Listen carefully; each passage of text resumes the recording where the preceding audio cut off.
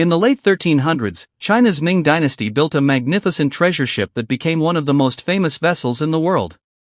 It was a gigantic monster floating on the sea, with 4 decks, hundreds of cannons, thousands of soldiers, and even horses on board. It was like an entire floating city. And the Ming Dynasty didn't have just one of these incredible ships. They had hundreds of vessels in their massive fleet, using them to dominate neighboring kingdoms and crush their enemies. This floating empire was created by a man who stood nearly 7 feet tall, a giant in his own right. As a child, he was kidnapped and lost his manhood. How did he go on to conquer the seas? And how was history's greatest fleet of giant ships built? Did these enormous ships really exist, or are they nothing more than legends? The truth is that history does hide the story of these colossal vessels, whose tale sounds almost like a fairy tale.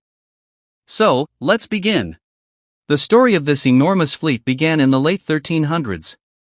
In China's southwestern Yunnan province lived a 10-year-old boy who had no idea that one day his name would become immortal in maritime history. His father was a minor official under the Mongol rulers. But when the Ming Dynasty defeated the Mongols, a brutal campaign of repression began. During the invasion, the boy lost his father. Frightened and alone, he wandered down the road until a Ming general stopped him and demanded to know where the Mongol emperor was. The boy remained silent for a moment before suddenly jumping into a nearby pond. He was captured and taken to Zheng He, the 4th son of the Ming emperor. Before reaching the royal court, however, the boy's life changed forever. He was made a eunuch, losing his manhood. Yet this cruel fate also opened the doors to power. Eunuchs held a unique position in the Ming court. They had no families and no heirs, making them completely loyal to the emperor. Gradually, they became some of the emperor's closest and most trusted servants. The young boy followed that path. He was given the new name Ma He.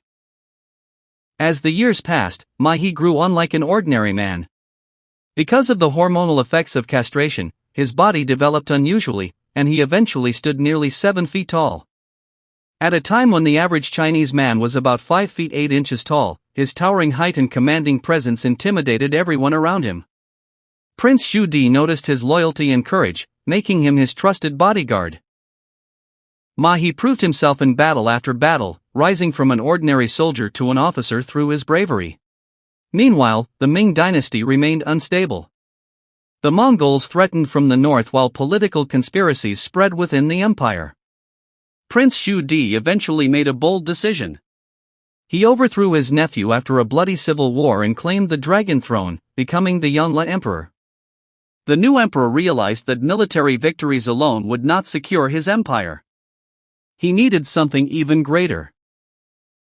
Something that would intimidate neighboring kingdoms and demonstrate the unmatched power of the Ming Dynasty. Thus began the construction of one of the greatest naval fleets in history. To command it, he chose his most trusted servant, the towering eunuch Ma He. But Ma He was given a new name by the emperor, Zheng He. Under Zheng He's leadership, an enormous fleet of around 27,000 soldiers, sailors, translators, doctors, astronomers, and officials was assembled. Several types of ships were built, including transport ships, warships, horse ships, and supply vessels, creating a true floating empire. The most legendary of them all was the treasure ship. According to historical records, it measured about 440 feet in length and 180 feet in width. It had 4 decks and 9 towering masts, resembling a floating palace of the Ming Dynasty. Each ship carried bronze cannons, food storage, living quarters for sailors, and vast chambers filled with gold, silver, silk, and fine Chinese porcelain. These ships were not built solely for war, they were also symbols of imperial power. Foreign rulers who witnessed them were amazed, intimidated, and often chose to submit peacefully. In 1405, Zheng He launched his first great voyage across the Indian Ocean. He stopped in present-day Malaysia, Indonesia, and Sri Lanka, suppressing pirates and securing vital trade routes. The king of Sri Lanka was even captured and taken before the Ming emperor. Zheng He later sailed to the Arabian Peninsula and as far as the coast of Kenya in East Africa. From these distant lands, he brought remarkable gifts back to China, including giraffes from Africa, spices from India, and Arabian horses. In return, he displayed the wealth and power of the Ming Empire. Like every great empire, however, the Ming dynasty eventually became divided by political struggles. Confucian scholars argued that these expensive expeditions were a waste of resources. In 1421, lightning struck a major hall within the Forbidden City, and many officials claimed it was a sign of heaven's anger. Under increasing pressure, the Yongle emperor temporarily halted shipbuilding. Before his death, he sent Zheng He on one final expedition. But after Yongle's death, the new emperor permanently ended the great voyages.